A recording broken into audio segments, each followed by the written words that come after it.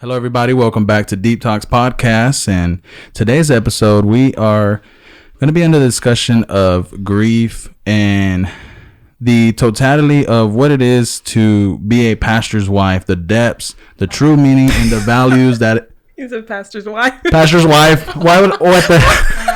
I was like, should I stop?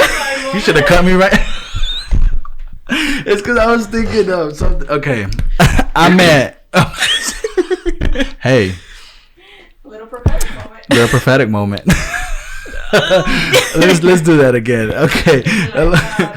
Today we're gonna be talking about what it's like to be a pastor's daughter and the depths, the values, and the trauma, and really just the standards that it withholds. And we'll go from there. And I honestly couldn't think of anyone better than yourself, Alaina. Mm-hmm. And thank you for coming. Hi, y'all. You want to give a little introduction of... Yeah, sure. Yeah, my name's Alaina. Alaina Holeman. Holeman. Born and raised in Gainesville. Been here for, basically I kind of live a little bit somewhere else, but I've basically been in Gainesville all most of my life. So, yeah, I'm excited to be here, just talking about being a preacher's daughter, giving that firsthand experience about what it was like, especially in a small town, kind of like where we're at right now. For sure. How did we even meet? Was it through Dios Vivo? Yeah. Right? Because I know Britty and I went to high school together, but we became closer when I started going to church. And so then we used to be hanging out and stuff. And then you guys got together, and then it was like, there it is. She got married and she was out here. For sure. And before you even got here, me and Britzy were talking, because I know she knows you in a more deeper relationship, because, I mean, y'all good friends. Mm-hmm. And I was like, give me a little brief, like, of Alaina, like how I know she has a very exuberant, contagious spirit, but, just giving me a little bit of who you were, just to be somewhat prepared, but you're never really prepared. Mm-hmm.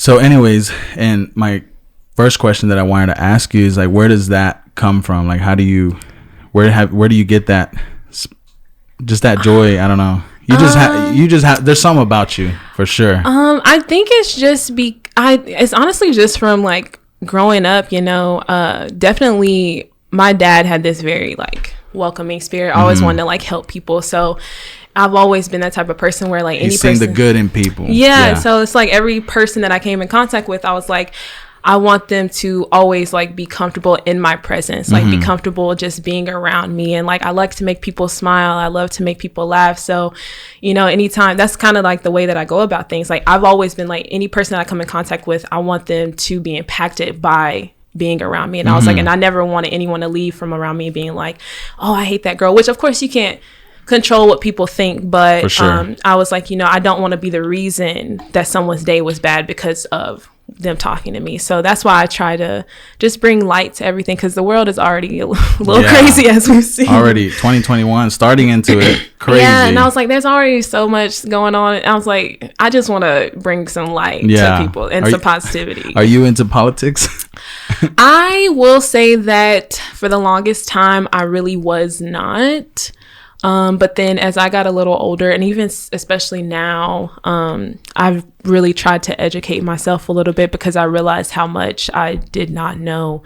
And I realized with that how overwhelming it was, that the fact that I did not know a lot of things. And so I've tried to piece by piece kind of, just form my own opinion on things, because I used to really be that person. I was like, I don't really talk about politics because it's just so negative. And also I just did not really know that much, and so I didn't really have an opinion on things, or I just was kind of like, well, this is what my parents think or something like that. So I've definitely this last year has gained more of like my own thought process on stuff. So I'm a little bit more into it because I know more. Yeah. What pushed you into wanting to seek that? It was actually, it's actually my boyfriend, because he knows a lot. Like I wouldn't say he's like a super radical, but he definitely, if you were to talk to him, he has like some definitely radical viewpoints. And so with us having conversations and him, you know, just talking to me about different things and him kind of showing me different things, it kind of was just like, okay, I want to kind of delve more into, you know, understanding why you think this way, but also understanding why other people think this way, and like, you know, how this all connects. So it really got me deeper into like, wow, like there's a lot of things that we did not learn in school. And like, even with just like things that I experienced just living in like Gainesville, like I'm like, you know, I was definitely kind of privileged as an African American girl. So I was like, you know, I definitely want to kind of understand a little bit more as to why certain groups of people or certain class of people think the way that they think, and you know, why some people are not able to connect with certain aspects of stuff. So it definitely was him. And then just like talking more with people who thought or were trying to discover more things like I was like, wow, like, okay, like it's actually interesting to talk about these things when you know a little bit more, and then you have someone that's also trying to figure it out as well.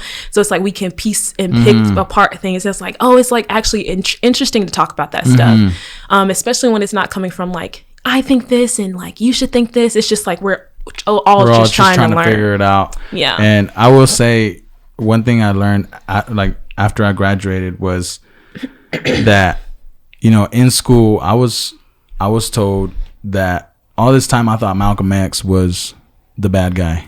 Yeah.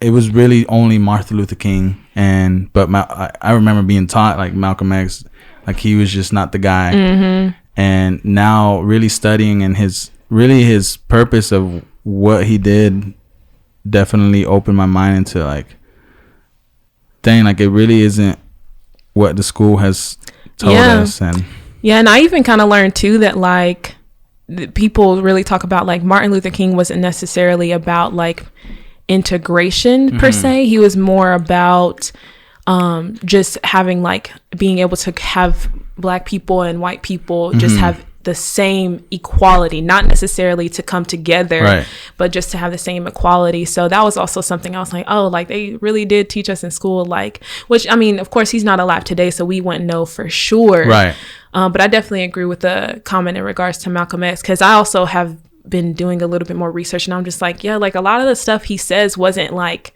that crazy. Like he was just like, you know, if they attack us, like why can't we do it back? He just wasn't afraid. Yeah, he was just like, it all is just like common sense stuff.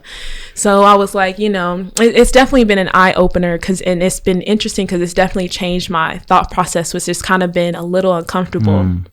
Because I'm like, this whole time I've thought just one thing, and now my mind's opening up and I'm just like, wow, like now I have all these different ways of thinking and like different insights, and I'm just like, oh my God, like, yeah, that makes sense. It's just like, what, like, where do you go from here? right. And you mentioned how you were one of the privileged African American. And what does that mean? Like, what do you mean by that? Because like, did you deal with racism? I personally think that I did not as much as maybe other people may have, and maybe that's just because I didn't at the time think of them as racism. I may have, now when I think about it, sometimes I think I may have dealt with maybe some microaggressions, but I didn't really think about them at the time. But with my mom being from Gainesville, and you know, her knowing so many people that like most of the people that I went to school with, like the kids that I went to school with, our parents went to college or school together, not college, but high school. And so, you know, with my mom being from here and me having such a big family here, and then my mom knowing so many people here as well. And then my brother, him being 8 years older than me, he went through like high school and all of that. So people knew him. So my last name had a lot of weight to it. I just feel like I got treated differently also because I was in theater. I was a cheerleader, and I was in a lot of like AP classes with a lot of those. You were very involved in the community. Yeah, so because especially in my AP classes, like there was not a lot of people that looked like me, unfortunately, and our school was very like mixed as well. Did you ever like had any thoughts of like, why is there not any that look like me? Or I kind of thought about it. I was very aware of it. I was very aware of it because my parents, they would be like, you know. They would say things about like, you know, you really have to, a lot of people are not going to be in those classes with you that look like you, unfortunately. And they kind of like made that aware. So I was very much paid attention to that. But I didn't really think anything of it because I was just like, I'm just, I'm doing, and plus also my connection with the Black people at my school was not that strong either, because a lot of the things that I was doing, they said it was for white people to do. And I was like, why does that matter? Like, I want to do theater. I want to do cheerleading. And like, especially like our football cheerleading team, it was like, that's for the white girls. And like the basketball cheerleading team was for the Black girls. And it was just like, it had that stereotype because of where we live. And so it was just, I already didn't really have a connection to my Black people either, unless it was like my family. So I was kind of like, oh, well, it is what it is. Like I noticed it, but I didn't really dwell on it. But I definitely think that with those factors is why I didn't really experience as much racism like in Gainesville. And like it definitely made me not as aware to be like, okay, everywhere's not like this. For like, sure. Everywhere's not like this at all. Like people deal with a lot worse than like I do. So I think nowhere near. Yeah. Especially with traveling too. I was just like, wow, like this living in Gainesville has definitely kind of sheltered me a little bit, even though we would have those conversations. It was like, until you really see it and experience it, like you really just don't know. Right. So. And one thing I'll say, like, as a Hispanic, I will say there has been times where like even Hispanics go through like racial racism. And so in a different way, of course, and not to be inclusive, because I don't know what it feels like to really, like you mentioned, there's people that gone through it worse. But one thing I like growing up, I realized that, no disrespect to white people, but I had to adapt to their environment. And it was always like I feel like I couldn't be my true self when I was around them. And not that they made me feel like I couldn't be, but it's just that their environment was too strong for me to even break that ice of I listen to Mexican music, or that kind of thing. Do you ever feel like you had to adapt to their environment? Oh yeah, like it was definitely one of those, you hear a lot of those comments that you were like, too white for the Black people and too Black for the white people. And it was like to a point where like I would feel comfortable or uncomfortable around like my own race at one point, because I was just like, I've always kind of felt different anyways because of how opened my mindset was and my viewpoint was.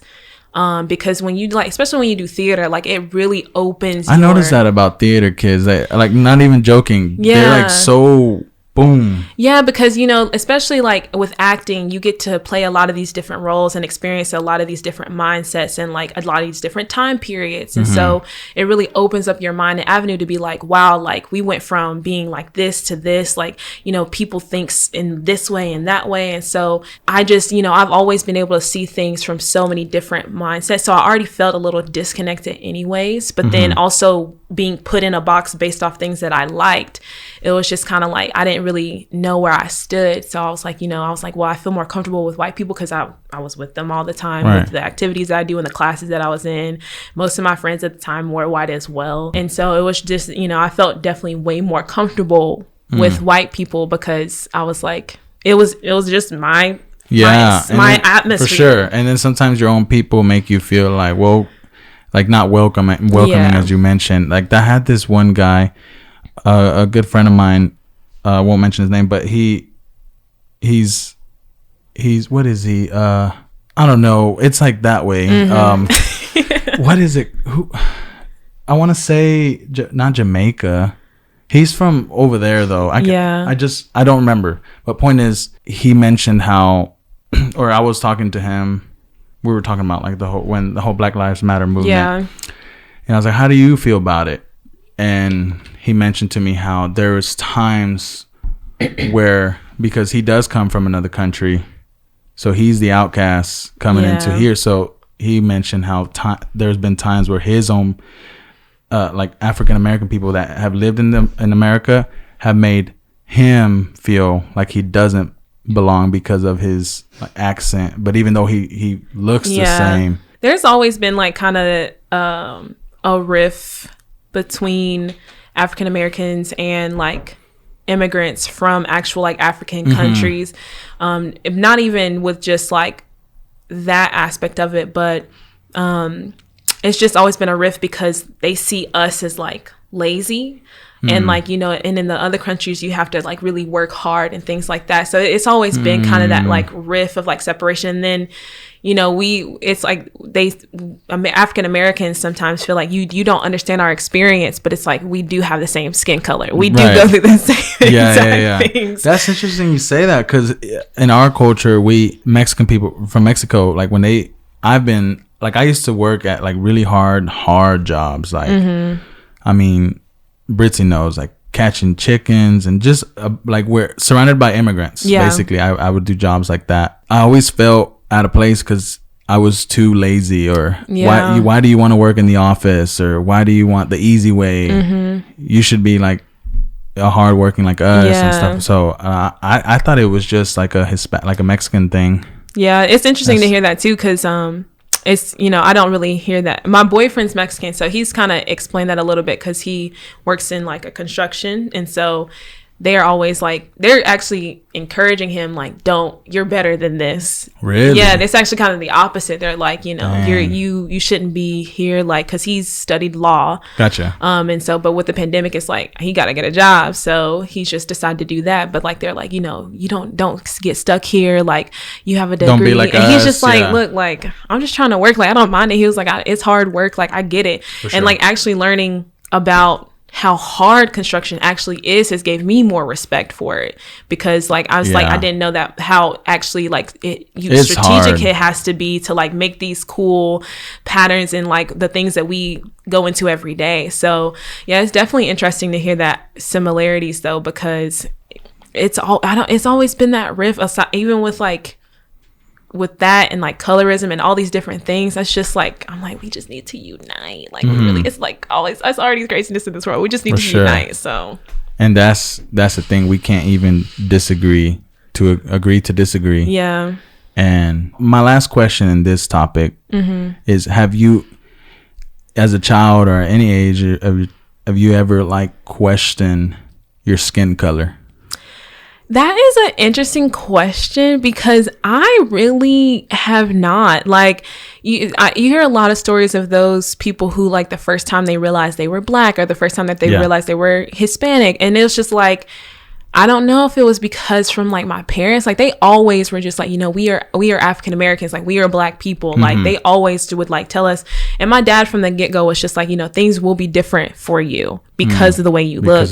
And so it was just always instilled in me, like I'm a Black woman, like I'm a Black person, like that is what it is. And I never really was like looked at it any other type of way. I just always was like, knew that there was going to be differences between me and others and our experiences and stuff like that. But I can definitely say I've enjoyed the pressure of having, because we do have to extra try, like we can't, like for example myself, I can't get caught up in like the law because you know of how it's looked at as well. And it's just, you definitely have to really try in all areas of your life. And it's crazy, because like I definitely think about, I guess now I think about my skin color more because of like all these different, because like even with simple things like sometimes being in my house, like walking into my apartment, like sometimes I get a little antsy because I'm just like,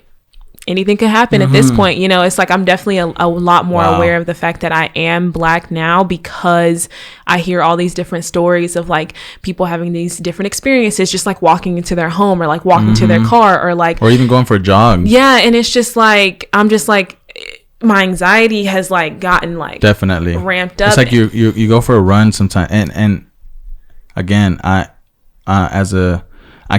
don't know the pain or the how it's really been as an African American, but even I can't, like me now going for a run, I have to either have one headphone off and one like, you're always just kind of like, I don't know what can happen. Do I wear a hoodie? Can I wear a hoodie?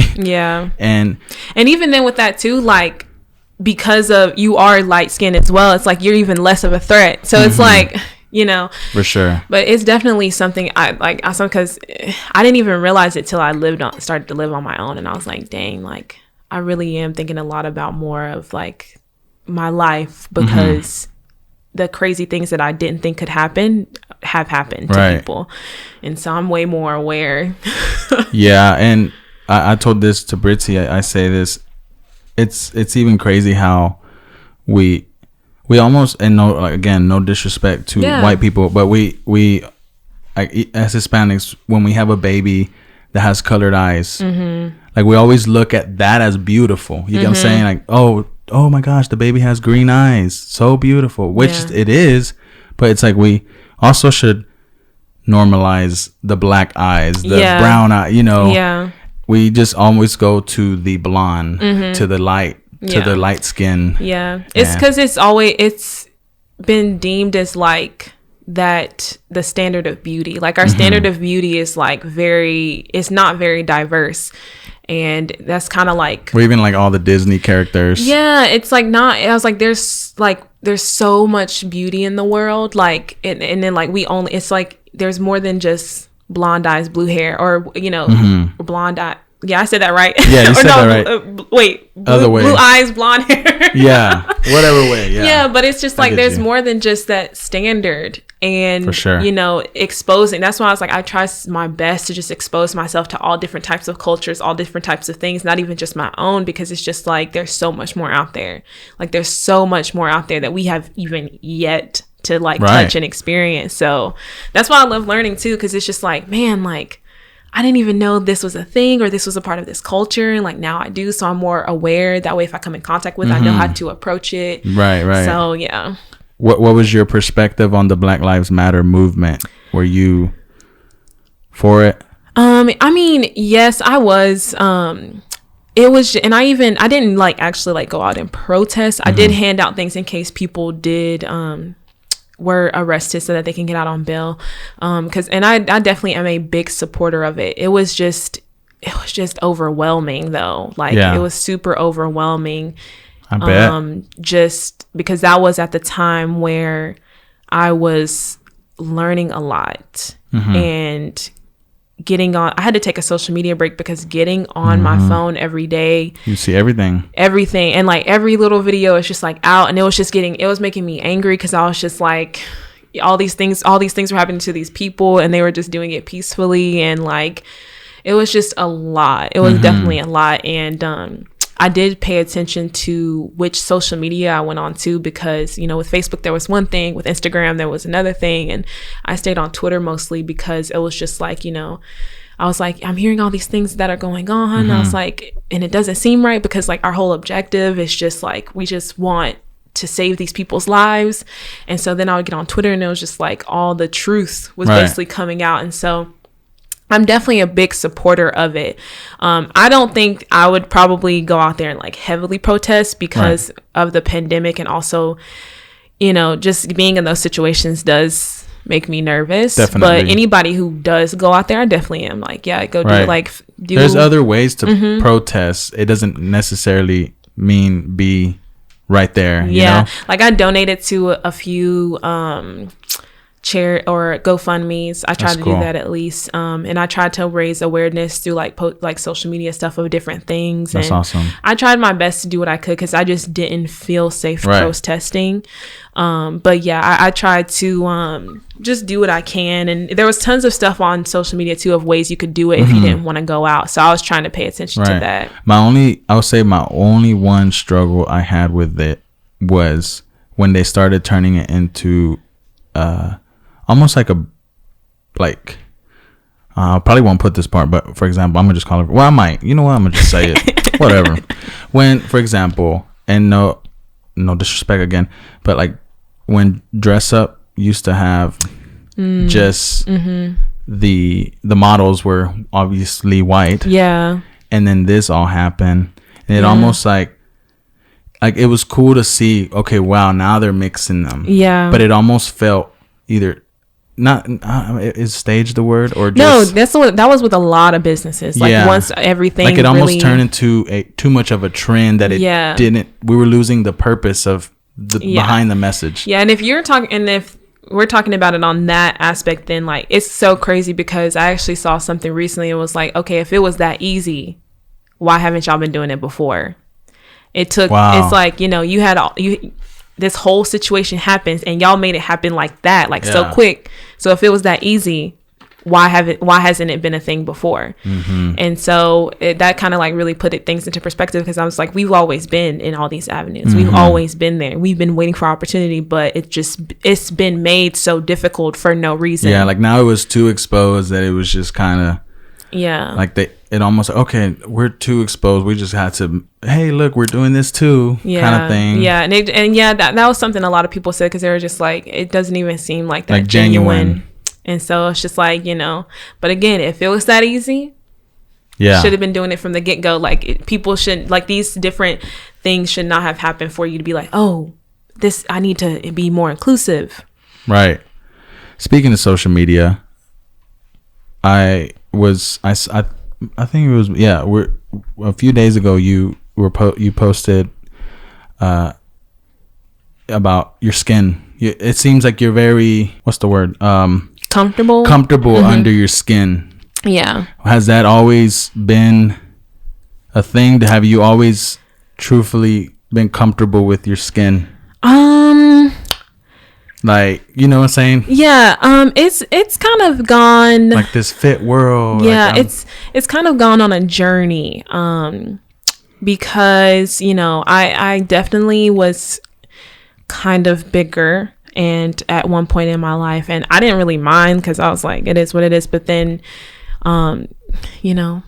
this boy was mean to me in high school, and I was like, I'm tired of getting made fun of because of my weight, and like I want guys to like me, whatever. So I kind of started on my journey of getting comfortable in my skin on the wrong note. So ladies, don't do that, okay? It don't matter what these guys say, you are fine as wine. But yeah, it kind of started like that.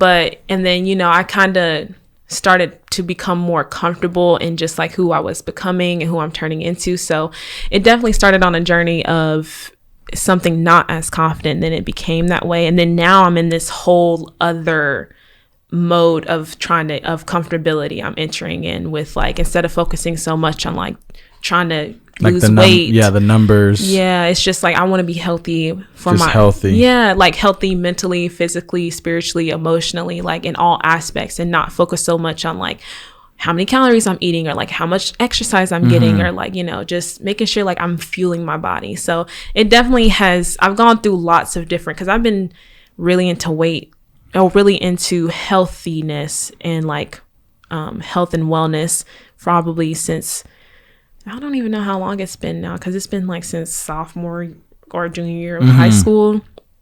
And that's kind of when I was just barely scratching the surface. I was just like lowering my portions of food, exercising, like doing Zumba for an hour, basically. And then as I after that year, I kind of went more into like weightlifting and stuff like that, and I was like, oh, I like this. And then I've cut like calories and kind of like shred fat, and I was like, this is so much, like I miss food. And then I went into that, and then I was just like, you kind of were losing yourself. Yeah, because I was just like, I don't know, I was like, I like to eat, because I do like to eat, and it's just like, but like, yeah, because food is good. It's meant to fuel your body. Good. Like even bad food has like some sort of good nutrients in it, but you know what I'm saying? Like, and that's something that I'm learning, because I used to be just very heavily in diet culture, like literally had like my MyFitnessPal ready to go, logging in everything. And then I would notice when I would just cheat, it was like, I would beat myself up about it. And I was like, this is not, that guilt. Yeah, it's not healthy. So it's taken me, and especially too, it's crazy because as I've lost more weight, I've become more confident. Because, of the stigma of being bigger. So it's like, I became more confident as I lost more weight and got more attention. But now I'm trying to like shift that, because I'm just like, you just want to be healthy. Yeah. And I'm just like, even if I were to gain weight, like that's not necessarily a bad thing. Especially now, like I'm in a relationship, and like I'm in a good one. And like he likes to cook for me. I like to cook for him. We eat healthy most of the time, but sometimes we want to go get some wings. Sometimes we want some pizza. And I want to be able to eat that and like not like beat myself up. So I've been trying to change my relationship with like food and things like that. So how did it change, or what shift your perspective? Honestly, being in quarantine, because my mom, I was staying with my mom when I first got back from traveling, and she's into plant-based stuff and had like, so we had all this plant-based in the backyard. Yeah. So I was like, you know, I since I had all this time, I was trying to experiment with making some better meals and things like that. And then, you know, with not having a gym, it was like now, like I want to still work out, and like I can't be so focused on how these home workouts are doing because they're not going to be as effective per se as going to a gym and lifting heavy weights. But we're in a pandemic, so it is what it is. And so my mindset just started to change, and I was like, oh, okay, like I still feel good and still feel strong with doing home workouts, probably stronger because I'm using my own body weight. And so as I just was like realizing that, I started to see more accounts on Instagram and stuff that was like all about like, don't like, if you're hungry, eat. Like strict, being on a diet is not healthy. Like society wants us to like be on these strict diets and have all these flat tummy teas and all this stuff, but like when you really look into it, like these are not healthy, because some people's bodies, they can't eat like 1,600 calories a day. They need like 2,400 or whatever. And so it's just like, you know, I was learning all these things, and I was like, wow, like all these things that I thought were healthy based off things that I researched are actually like not necessarily true. And so as I was just starting to realize that and educate myself more and like learning what my body liked and things like that, I was like, I started to slowly just become off more of and being like, okay, like I just want to like see, like I already eat healthy anyways, because I understand after those experiences of like, you know, being a strict eater and then like kind of like trying to bulk and cut weight and stuff, I knew what foods worked well together. And what was healthy and stuff like that. So I was like, I already kind of do that. So I was like, now I can just, if I'm hungry, I know what to grab. Like, I don't have to like count it or anything like that. So that's where it kind of started, just being in quarantine and like having to really just fall in love with that, because like I didn't have the usual avenues that I would have. For sure. What keeps you up at night? Up at night, like anything? Thoughts. Honestly, there's a lot of stuff that keeps me up at night, to be honest. Like, but I will say, I guess this is kind of what's on like everybody's mind, but what really keeps me up at night is just trying to figure out like what I'm gonna do next. Yeah, what's my purpose? Yeah, because I'm just like, you know, I've been doing theater for a long time, and now that that's kind of like on hold till whenever, I'm trying to find what other passions I like and what other things I like. So sometimes like I'll sit up and be like, I don't know I have no idea what my life's gonna look like what direction I'm going into. And for me, that's a little scary, especially because this whole pandemic has made me have to really like sit down and really think and analyze. Yeah, because I'm like a go person. Like if there was no pandemic, I would be ripping and running everywhere. And so that's just kind of been the thing, because I'm like, you know, I don't know what's gonna be next. And like that's also kind of nice to take the pressure off as well, because it's like I can't really do anything. So, you know, there's no rush to really kind of like figure it out, because at the end of the day, like whatever is meant for me will come. But it's like I do sit and I'm like, well, you know, I can do this. I can do this. Like, oh, I should learn how to do this so that I can be better at this. And then it just kind of goes into a spiral. I'm like, right. Calm down. Who do you get that from, though? The go mentality? I really think it's just from being in that type of culture since I was in high school, because I've always juggled. You know, when I was in high school, I had school, then I had theater, then I had cheerleading. And then when I got into college, like my theater program was like very rigorous. And so I had to juggle like getting up to go to work from 5 a.m. to 9, go straight to class. And then after class, I would have to like maybe go to rehearsal, or I would go back to work, or I had homework to do. So it's kind of like one of those things where I just kind of adapted it on my own, because I just had a lot going on and I didn't want to fail. Right. So, you know, and then I went on tour, and it was always go, because we were going from city to city to city, and then, you know, trying to adapt, making sure I was on my P's and Q's and stuff. So it kind of started in high school, I guess. really. But would you say you get that from, like, it's obvious that your parents were really involved in your life. Mm-hmm. Would you say that also influenced? Yeah, I feel like if anything, it was probably a mixture of both of my parents, because they were very much like wanting us to be successful, wanting us to, make something of ourselves. Mm-hmm. Like even when we were, when I was in school, it was like, strive to get A's, A's and B's at least, or anything like that. So I definitely feel like it was both of my parents, because they were both kind of like go-getters. Mm-hmm. Because they've done a lot in their lives. And so I definitely feel like that mentality had been adapted, because I just want to be successful. Not even wanted to be, I do want to be successful. Right. So let's just jump right into what it's like to be a pastor's daughter. Mm-hmm. And I almost said wife again. Yeah, let's dive into what it's like to be a pastor's daughter, and what has that been like, and the weight that it has, because that title is it's a pretty heavy title. It's so interesting because like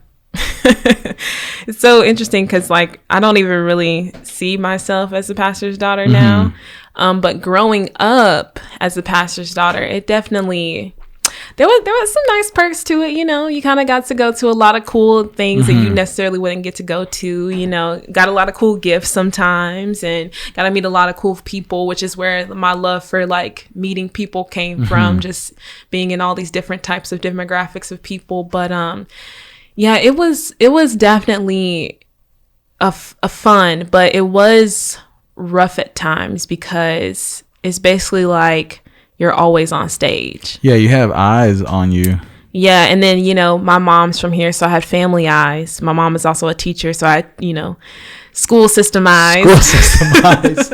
All them eyes. Yeah, so, and it definitely, it was very hard, because it was always like all eyes were always watching you. Yeah. Always watching you. So like if you made any type of mistake, just like regular teenager type things, mm-hmm. it's like you always had to be thinking about like, oh, like, is someone gonna tell my mom, or like is this gonna happen, or mm-hmm. Stuff like this. And so that's where I say it was rough, because you just always had to be performing per se for people. Yeah. Which is and it could get exhausting for sure. You say you no longer feel like a pastor's daughter. Yeah, I think that just has to do with the fact of like, since my dad passed, it's kind of like people know because if they knew him, but if they meet me now without like him being here, it's kind of just like, I'm just, it's so weird for me to say like I'm a preacher's daughter still, because I get you. I'm just like, now I'm just someone's daughter, like my mom's daughter. And things like that. Has the passing of your father created a distance with God? I don't think it necessarily has created a distance with God. I just think I have a different relationship with God. I feel like, this is probably, a lot of people feel this way that are around our ages, but my spirituality is a lot stronger because I've really had to dig into some depths of myself. Because like for the first year, I feel like when my dad passed, I was cool because like I understood. Yeah, what was that like? It was very uncomfortable because it was very sudden, and so I just really it was really hard because I was like, I'm not mad or anything like that, because like he took his own life and things like that, but I wasn't mad about it because I understood how hard, like, because life can get hard. I was like, I understand, but it was just very uncomfortable because I was just like, I just didn't really know how to feel, and so the whole year I was just like, just kind of riding the waves. Like if I needed to cry, I would cry. And if I, wanted to look at a picture of him to like, just cause I was feeling sad, I would, but I just didn't really know exactly how I felt. But then like being by myself this whole year, I was just like really and I've been going to like therapy too.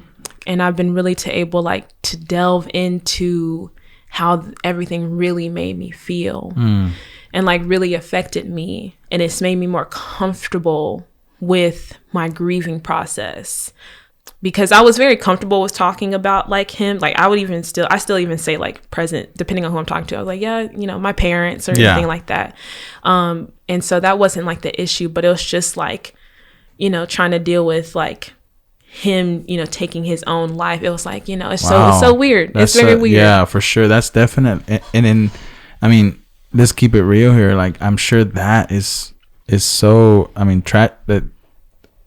that the burden, I mean, it's just to know that your father, you said he took his own life, but being a pastor, it's like, what, to this day, it's like, what was happening in private, you know? Yeah. And that's kind of, because even like, that's the interesting thing too, because it made me realize you never really know, even someone you've known for a long time, you never really know what they're going through. And it also kind of made me have more compassion for people, especially in the church aspect, because, you know, a lot of the times when you're going through something, you know, they tell you to pray about it, which of course, you know, is something, but I'm just like, sometimes you need that extra. For sure. Because like, you know, there's a lot of things that pastors hold space for a lot of people, but it's like, who holds space for them? Because, you know, sometimes they can't always go to their wives, you know, to share everything, whatever. So it's like, that's why I was like, it kind of made me closer to God in a different way. And it made me want to be more connected with my spirituality and my relationship with God, because I was like, you know, I've become more of an advocate for like mental health, because I'm just like, God, like I know we can come to you, but I know sometimes it's you made people to help us for a reason. Right. And I say that sometimes we, as good as scripture can be, sometimes we use it in a toxic way. Yeah. Yeah. You get what I'm saying? Yeah. And then you mentioned earlier, you said that you weren't necessarily angry or mad at the fact that, you know, your dad took his life or everything that happened and all that. But I want you to know that it's okay if you are. Like deep inside, if you do feel that, just feel it. Yeah, and it's not and if anything, what I've learned is that it's not I don't have anger with him taking his own life. If I have any type of anger, it's really just how much more I have become more self-aware of my own mental health. And it sometimes becomes like a burden to be so self-aware and try to stay in tune with myself, because it's like I can't allow myself to truly feel, because it's just like, well, you know, I don't want the same thing to happen to me, or like, you know, I don't want to be just like him or whatever. It's like I think of it that way, and I'm trying to you know, not put that pressure on me, because I'm that like, makes sense. You know, I'm gonna feel the way that I feel, you know, I'm gonna be sad or whatever, but like it's not going to be to that extreme, right. You know, it's not always going to be to that extreme. So that's something that I did learn, that where my anger came from. It was just like, now I'm like always thinking about my mental health, which is like a positive, but like also it's so much sometimes that's why I wanted to go to therapy. Because I was like, there was just one day I was just like, oh my goodness, like I had like very high anxiety, which I learned that I have. And that's me right now. Yeah. I actually learned, I always kind of knew that I had anxiety, but I thought that it was just like in certain situations, but then when I went on tour, I really learned that I had it. And then now with being in this pandemic and being by myself more, I was like, okay, like I got something and I want to know how to combat it, because like sometimes it's just hard to just function. And I was like, and I don't want to have this like cripple me. And so, yeah, I would say that's definitely like something that's kind of the residual of it, that I'm just like, now I have to really think about that and worry about that. But I'm kind of learning how to deal with that too. For us in the Mexican or Hispanic culture, anxiety is not like a thing. Like it's just, oh, that's not real. We just pray about it and it'll go away. And it's just like, nah. Yeah. Like I really do feel something. I really do feel like I'm dying. Yeah. And it's like when you don't really know where it's stemming from, or you don't really know how to explain it, and you don't really know how to explain what you need. And like I even learned like a lot of people deal with anxiety in different areas of their body. And because like I've always felt mine like back here. Yeah, and like I only felt like I had to do this exercise every day. I would wake up and like if I was feeling anxious, figure out where it was at, and mine was always in my chest. And so like a pressure or like it was like it was like definitely like a pressure, like a warming sensation of just like a heaviness. And so and I learned through therapy, I was like, everybody has it different places. I was like, I thought everybody had it in their chest. Like I was like, see, I don't know that much about it.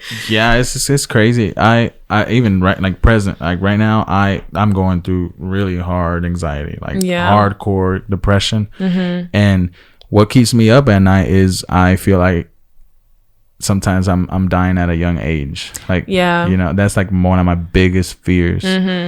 So seeing your dad take his life, being a pastor, having a strong relationship with God, did that make you question God? Like, is this thing even real?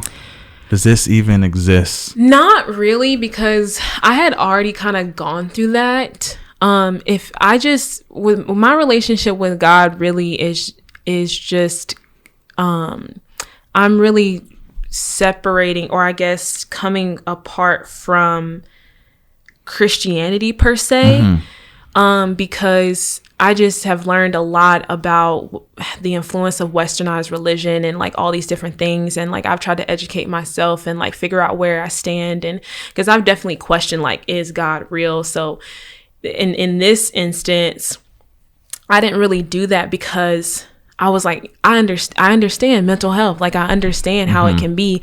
And like, and it's interesting because I'm just like, God is the head of our lives. Like he knows the things that we're going to do. So I was like, at the end of the day, like he knew this was going to happen. And I'm just, and like, I'm also learning like sometimes like things just happen. They're not necessarily like God made this happen. It's just life. Right. And so that kind of helped me because we have free will. Yeah, and I was just like, sometimes things happen. It's not because God's trying to punish us or like anything like that. Like, unfortunately, the way that I looked at it actually was, unfortunately, my dad was just dealing with a lot, and he didn't know, he was not taught how to properly, because he was grieving as well. So he didn't know how to properly decompress that. Because in the Black community, that you're, if you're a man, especially, like you're not taught how to properly grieve, how to properly deal with emotions, how to properly say, I need help. And so, which is why I'm kind of glad I've been like educated a lot about different things, because it made me not have that anger towards what he did. Cause I was just like, I understand. Like I've had friends who dealt with like depression and things like that, and I was just like, sometimes it does get that rough. And so I just kind of look at it as like even though I had to lose someone, it was kind of a positive thing on me because it made me more aware and more understanding. Yeah, it developed you as well. Yeah. And so I think I have just like a deeper connection and a deeper sense of self, and it's really taken me on like an interesting journey in regards to my mental health, which has been a very rough journey because I've really had to accept things and like go through. But yeah, I just feel like, what kind of things did you have to accept? I had realized that I had, which was kind of I don't know the right word, but it was kind of a result of coming from the family that I came from, being a preacher's daughter. I realized that I had this toxic trait of thinking that I was perfect. Something that I realized was like in every relationship, like I've always been the perfect partner. Like I've always tried to make sure I was there for the person. Even in my friendships, always tried to make sure I was like, the perfect friend. Yeah, the perfect friend. And I realized that was just a result of being a people pleaser, because from being a preacher's daughter, it's like we always had to like make sure we were on, like just on stage, basically. Well put. And like making sure like I didn't like make anyone mad, make anyone angry, even getting good grades, like being disciplined in school, like all those things. So when I started to get older and really look at myself, I was like, I have a toxic trait of like being perfect. Like, I think that I am so awesome, which is nothing wrong with it. But if you think of it in a toxic way, like, that's where it can kind of be like, yeah, you know, everybody has flaws. Because I remember moments I'd be like, yeah, like, I don't really, like, I know, like, I go through some things, but like, I don't really have like any flaws. Like, I do my best to like be there for people. I do my best to like be a good friend, be a good person. Yeah. And I was just like, when I really looked at it, I was like, no, I got a lot of trauma. Do you read the Enneagram, or do you know the whole Enneagram thing? Are you into that? I have not taken the test. You should do it. But I've been told what I am based off people. You? People, wait, hold on. I want to say it first. Okay. I feel like, what would you say, Brett? I want to say somewhat. I don't think a 4, for sure, not a 4. I want to say a 2 or a maybe a 9. No, not a 9. All right. I've been told I am a 6 wing 7. Really? Yeah. Okay, I can see that actually. I'm a 4. For sure. I forgot what the 4 was. 4 is they're just very emotional. They're romantic. That's what it's called, but it's just very, I'm melancholy, kind of. I'm very, what's the word? Just really aware of my emotions, and I just feel more deeper. And I don't know. That's the 4. That's 4. And Britsy's a 9. But which one's the 9? The peacemaker. I don't call it peacemaker now, though. It really changed my mind the other day. I was watching a sermon. It's not being a peacemaker, because being a peacemaker is good. I feel like it's being a peacekeeper. Like I now call it peacekeeper. So it's just like so Britsy, what it is just try to avoid conflict. So it's just I rather just make peace. And just I don't like conflict either. Even though conflict is not always bad conflict, which I'm learning, but I don't like it either. For sure. Where would you say now? Like, where are you in grief? I forgot the, like, if we talk about the stages, I don't even know. I think if anything, I've just gained more of an acceptance. Because, you know, I have just realized I'm just like, you know, I have acceptance in regards to the fact of, like, you know, I don't really know what my dad was going through at the end of the day. And even if I were to ask him, that I don't know if he would have even told me, you know. Does that make you upset that you didn't know what he was going through, or have you found peace now? Or no, it doesn't make me upset. The only thing I really get upset at the fact is that when I think about certain moments, I wish that I would have spoken to him, because there was opportunities where we could feel the energy being different in the house, and we knew something was going up. And because he actually kind of, you know, closer to the days, he kind of brought up the subject. Are you getting any signs? Yeah, we definitely, like, and also this is a trigger warning for those who, you know, this is like something that they're not comfortable with, but we definitely noticed his energy and his, like, vibration being different, especially like around us. And like he kind of talked to my mom about, you know, taking his own life and stuff like that, and she was like, you know, that's not of God, like that's not, you know, that's not who you are. And I even told her, you know, I was like, be on the lookout, because I was like, that's kind of, it makes me a little nervous, because I was like, if he's talking about that, that means he's like been thinking about it for a minute. So I wish I just would have, because there's literally a specific moment where, like, I was in the house and he had like come in, and then he just like walked out, and he just said, like, I said hi to him, he said hi, and it was just really weird. And I was just, and it's like that, moments like that, and I was just like, I should have said something. Like, I even remember thinking, like, I know, like, Dad just kind of, he just seems like a little different. Like, I know he's going through something. I was like, I should just talk to him. Different. And I never did. And man, I cannot imagine that. What would you say to those that still have their father? Any just courage? I would say especially if you don't have a close relationship with your dad, like definitely start just by like asking like little questions, simple questions, and just try and get to know them. Because I will say me and my dad, we weren't close. He was closer with my brother and I was closer with my mom. But I definitely wish there were so many things that I wish I could ask him now, because actually the year he passed, I was trying to work on my relationship with my parents and being closer with them and like letting them in my life more and like, you know, talking to them more about things, because I wanted our relationship to be more open. And so, you know, if you still have your parents, especially your father, like talk to them, because like, you know, it'll strengthen your relationship and it'll be nice just to like know that you can have that always in your life. And like, you know, even if it's just starting by like, how was your day? Like, you know, what was the rose and the thorn in your day? And then it can go into bigger, deeper conversations and stuff like that to create that just openness. The small, for sure. Yeah. And I think that, I don't know, for me, when we went through what we went through with Abel, it definitely made me question God, to the point that I was just like, is this even real? Yeah. You know, like I thought being close to you meant like I thought you would really turn this around when you said, you know, if you just have the faith of a mustard seed and everything, you know, that's all it takes, just that faith. Or when 2 or 3 gather. Yeah. And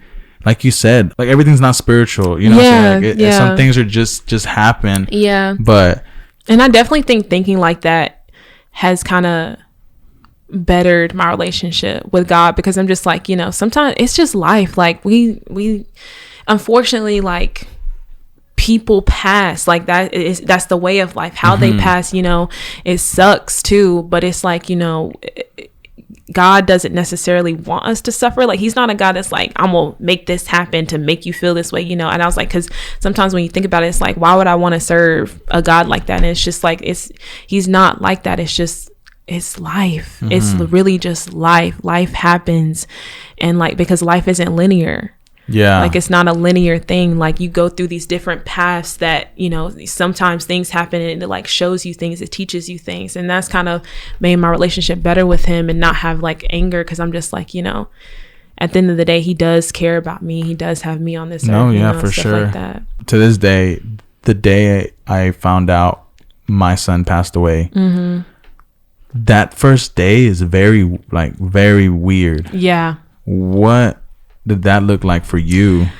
Oh, how was that? Well, this was because my dad passed on New Year's Day. So, oh wow. So New Year's Eve, I was turning up. I was in Atlanta turning up. And it was crazy because like I had actually asked him if I could like stay at my friend Cody's one night and then stay at my friend Tamara's the next night, because like every New Year's Eve I was never at home. It was always, my parents were always out. So yeah, like I had like turned up, and like I remember when I woke up at like 9ish or something, I saw that my brother had called me, and I was just like, okay, like whatever. And then like he called me again. And I was like, hello, like, what's up? And he was just like, has mom called you? And I was like, no. I was like, why would she need to call me? And he was like, so you haven't like... He already knew. Yeah. And he was like, you hadn't heard from her at all? I was like, no. He was like, well, like, she told me that like dad took his own life. I was like, you're kidding. I was like, that's not true. You didn't believe it? No, I was like, are you for real? And he was like, yeah, like she just called. I was like, what? I was like, hold on. So I ended up calling her. And when I called my mom, like, that's definitely something that I could not get out of my head for the longest. Because when I called her, she was just crying, like to the point where like, she was just like, your daddy took his life. And I was just like, yeah. And I was like, I literally like, I didn't know what to do. Like my friend, you were in Atlanta. Yeah. I was at my friend Tamara's house, and like, I didn't know, like, I literally like, she was with me because she heard me talking, and she woke up, and then I like told her, and I just was like, I just started crying because I was just like, what? It's like, what is going on? Like, this cannot be real. And then I ended up calling my best friend at the time, and because she was the first person I thought of, and like she was working, so she couldn't really like, you know, tell me anything. And so I was like, you know, told her, and she was like, well, just keep me posted. And then I just kind of sat in bed because I was like, I don't really know. You're in shock. Yeah, I didn't really know what to do. So I ended up like going to like brush my teeth, and me and my friend Tamara went out on a walk because like I was turning up, so I was kind of hungover. And so after that, after I kind of got myself together, I tried to drive home, and like I was just all over the place that I couldn't even drive home. My cousin had to come because she lived near my friend's house, so she had to like come get me. I had to leave my car at a gas station, and she came to get me. And you know, we had family at the house, and then I was crying so much that I like threw up in our sink. And like, I know it was just worse too because it smelled like alcohol, and like I hadn't told my mom like where exactly I was going. So then when everybody left, she like, me and her she was asking me all these questions. She was just like, were you drinking, and like, were you doing all these things? And I was just like, we were both just like crying, and I was just like, yes, this is what I was doing last night. And it was just like, it was just a lot. And then I like, you know, that night too, we slept together, and like we both just couldn't sleep. We like just could not sleep at all. It was just like a mixture of like sleeping but crying and all this stuff. And so that whole, and then I had to go to school. Like I was in a show.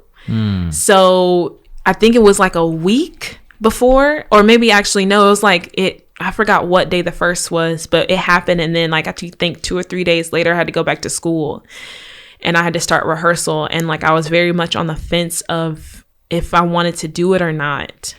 And I was talking to my mom. I was like, is this disrespectful? I was like, I feel like it would help me because sitting around the house is not going to help me. Like I was like, I need to be doing something. And she kind of told me, she was like, your dad would want you to perform. She was like, so you should do it. And like that whole process was very therapeutic for me. And at the end of it all, when we closed the show, like my teacher knew what happened. So it was my last senior show, and I just like cried in her arms at the end, like just released because a whole bunch of emotion. But yeah, that the first of the year is like, this year it wasn't too bad, but last year, because I was in Canada at the time, so it was like, you know, very rough because it was like, you know, as it leads up to the day that they passed, it's like you're remembering all these things that you felt, you're remembering all these emotions that you felt, you're remembering all these things that you were thinking at that time. Like it's very weird. Like every time like November to December like has popped up the last 2 years, it's just been like I'm very weary to a degree. For sure. And then like stuff always happens around these months too, and so it's just like a lot, and I'm just like ugh. I feel you on that. This year was our first year really, really feeling it. And I've learned, because I'm in the same way. I'm gonna go and grind or go do what I love to do so my mind can like clear. But I've learned that sometimes me personally doing that blocks me from actually feeling what I need to feel, and then it just stays suppressed, and then I feel like, oh no, I'm actually good now, but later on the road, it just out of nowhere, just boom. Yeah, and I actually saw this thing because I follow this girl. I think it's a girl. Her username's the Millennial Therapist, and it was like 8 reasons we stay busy, and one of the main ones was because we want to distract ourselves from the way that we feel. Yeah, and I was like, I definitely have really caught myself doing that a lot of the times because like I just don't like the way that I'm feeling, so I find anything. That's actually where I realized when I get the most creative is when like I'm trying to distract myself, and so I've tried to even change that mode of like I can be creative without trying to distract myself. Like it can happen anytime. So yeah. Do you ever feel afraid of your father being forgotten? No. You know what I'm saying? Yeah. Like, are you? Well, let me ask then. Are you saying like forgotten, like in myself, like the longer or just like in the community or in our family? Yeah, like the longer the longer it's been, it's like you almost you feel like you've forgotten certain memory or like certain. I think at the beginning, when I was first going through the process of grief, I was afraid of that. But I think with understanding that, you know, in communities, like life goes on. And so it's gonna, no matter what, it's gonna inevitably, not a lot of people in the community, unless they knew him, are going to necessarily remember him. But I think because I've spent, like, I'm literally half of him, half my mom, and I've spent like so much of my life with him, I'm not worried about that anymore. Right. He'll always definitely be remembering he was very involved in your life. Yeah. And your parents. Yeah. And I think that at first I was like, oh my God, like, I'm so nervous, like, about, like, you know, what if I forget what he sounds like, but like, it's so crazy because thankfully my dad recorded everything. Like, he would record his sermons, he would record his music. So it's like, when I do need those pick-me-ups, I have access to them. Wow. And it was like a blessing in disguise, because I was just like, you know, not a lot of people even have That's that. Beautiful. Yeah, I've always been, well, I wouldn't say always, but I've been, in general, I've been criticized for being very, I document everything my whole life, everything we went through, Abel. But one thing I can say is it's beautiful to know that I can go back to footage that I have, memories that I've created, and it just, something about having like that's beautiful to hear, to go back and feel that, you know, feel close to him by listening to his music. And I got to know him a bit. And one thing that it's obvious that nobody that has encountered him will forget is his smile. That's what everybody talks about.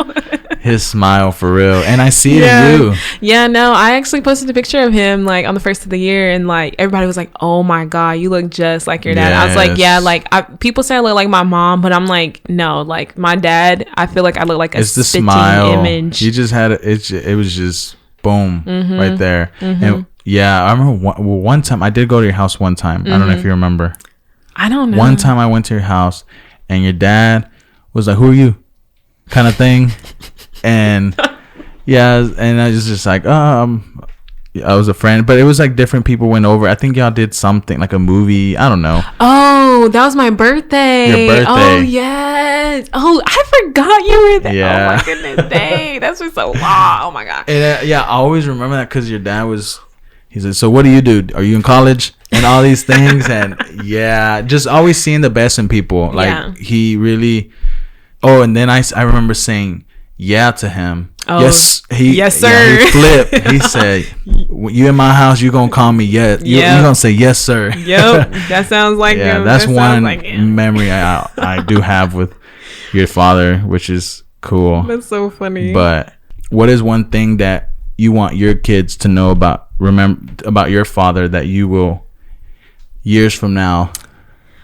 I feel like I will always just talk about how, like, he was a very funny, loving person. Like, if you first met him, he would kind of be a little stern, you know, kind of give you a little mysterious. Yeah, a little cold shoulder. But then once you meet him, he'll make you laugh. But I think I would definitely remind them of that, but for sure remind them of like how much he loved to help people. Because that was actually something I didn't really know until his funeral, and people were talking about all these different moments that like he had helped them even when he was on his way home, because it's not something he would tell, you know, it was just like something he would do out of the kindness of his heart. So I would always remind my kids of just how like selfless my dad was, because you know the part of him that I would get is he would complain, he would get mad, like, I always gotta help you, but he would always get it done. Like anything that I needed, he would always make sure I had it, even if he was like mad of the process of how like we got to that point. He would just always just make sure we were taken care of. So I would definitely just talk about like how his wonderful personality, but especially in how like he loved to help people. For sure. What do you want to be remembered as? Oh, that's a good question. I really just want to be remembered as someone who just has like I said before, like I just want to be remembered as someone who anytime you came in contact with me, you always felt good, because I understand like how energies can affect people. And I always have tried to make sure that even the energy I have around myself is like a positive, like at least healthy energy. So I just want to be remembered for just like being a good person and like being someone that people can come to and talk about with and not be judged and just like feel welcomed and like feel comfortable in my presence. That's really what I always strive for. 3 interesting facts about yourself. That people don't know. That people don't know. Oh my God. That's so hard. I should have been prepared. Oh, well, I mean, I guess because I don't really show them, that something interesting about me is that I have 8 tattoos. That's something interesting. People really don't see them. Yeah, people don't see them as often because like some of them are like, I have like one on my back, one on my side, one kind of like near my armpit, one on the back of my tricep, one right here. I have one right on my arm, and then this one here. This is the one I don't like the most. We all have that one tattoo. Yeah, one tattoo, you know.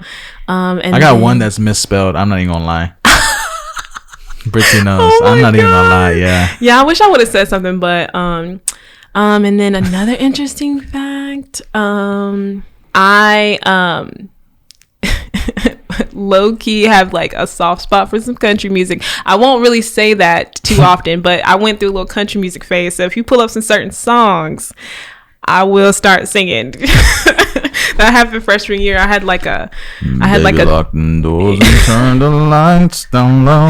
Yeah, I went through. I had like my whole MP3 just like filled with country music and Disney Channel and gospel music. I like country music.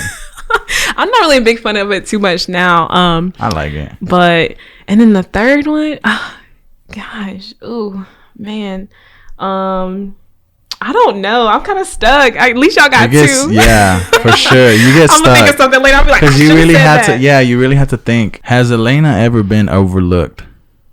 Overlooked? Yeah. Like, do you ever feel like you've been overlooked?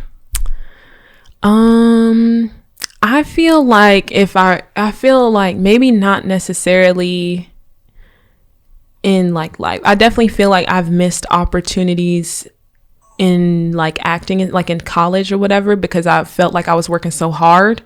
But if we're just talking about in general, I don't really think so.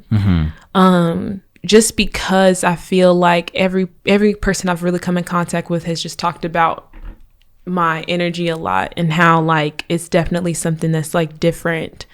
And so that's why I've not tried to get a big head about it, but I've always kind of taken that as like a compliment. It means like I'm going through life like in a really good way. For sure. Yeah.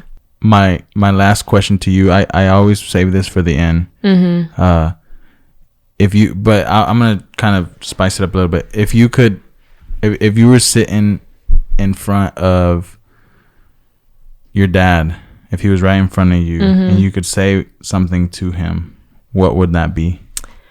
I would definitely tell him how much I loved him, because I don't really think that I did that too often, because we butted heads a lot. So I would definitely say that I did love him and that I would understand what he's going through and that like, you know, I'm here for him. But I would definitely let him know like, I love you. I'm here for you. You know, whatever you need. If you want to talk, like, you're not alone. I would definitely let him know that. But most of all, like, I love it. Like, I feel like now, like, I say I love you way more to people than I did to before. Yeah. That stuff definitely shifts your perspective. Honest question, have you ever had those thoughts? Because if we could be real here, like in the Bible, it talks about how, you know, like sin, like they say suicide is not people that do you know, I can't even word it right, because this is a hard question. I don't even know how to approach suicide, it to you. Yes, that commit suicide, like, you know, the whole heaven and hell thing. Like, we always, like, for example, my grandma, we always want our loved ones to be at a better place. Yeah. Do you ever have those like questions? Do you feel? I think it's just something that I've just come to terms that I don't really know.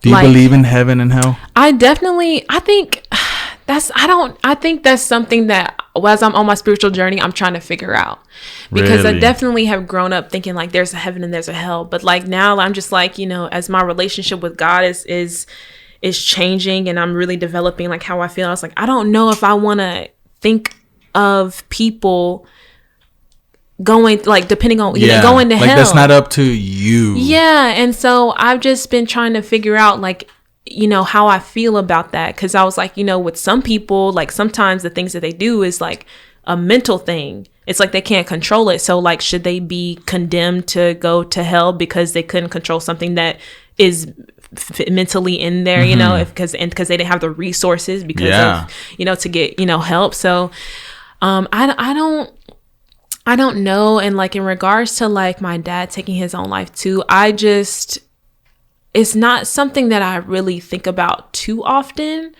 because I just choose to believe that, he's at least somewhere where he's happy. At peace.